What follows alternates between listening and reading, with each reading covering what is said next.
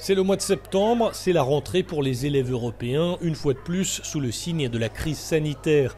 Mais alors que 70% des adultes sont vaccinés dans l'UE et que des stocks sont prêts pour les plus de 12 ans, la situation est quelque peu différente, bien que le variant Delta et les risques d'évolution inquiètent les syndicats d'enseignants.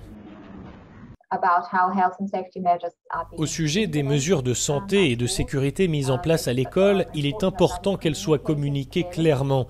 C'est l'un des principaux problèmes qui, pendant une pandémie, sont difficiles à gérer.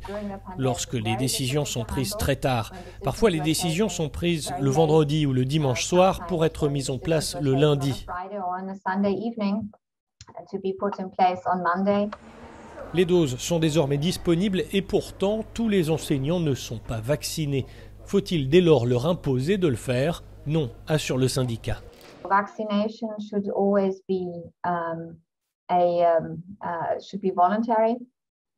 La vaccination devrait toujours être volontaire.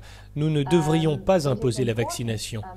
Il est en revanche important que chacun puisse se faire vacciner. Et c'était l'un des principaux problèmes au début de la crise sanitaire. Il n'y avait pas du tout de protection pour les enseignants à cette époque. Et c'est à ce moment-là que nous avons dit fermement que les enseignants devaient faire partie du groupe prioritaire.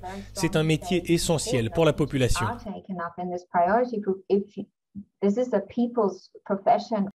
Les données du Centre européen de prévention et de contrôle des maladies montrent qu'à peine 12% des moins de 18 ans dans l'UE ont reçu au moins une dose. Pour rappel, les moins de 12 ans ne sont pas éligibles, mais ces chiffres diffèrent selon les pays.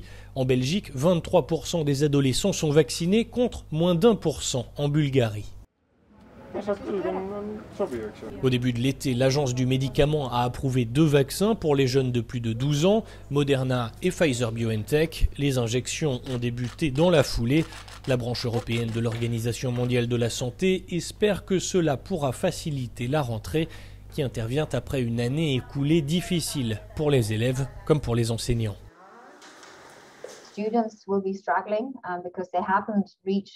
Les élèves auront des difficultés parce qu'ils n'ont pas atteint le même niveau que d'habitude. Et bien sûr, pour les enseignants et l'ensemble du programme, il faudra s'adapter à cette situation et reprendre les enseignements à des repères différents.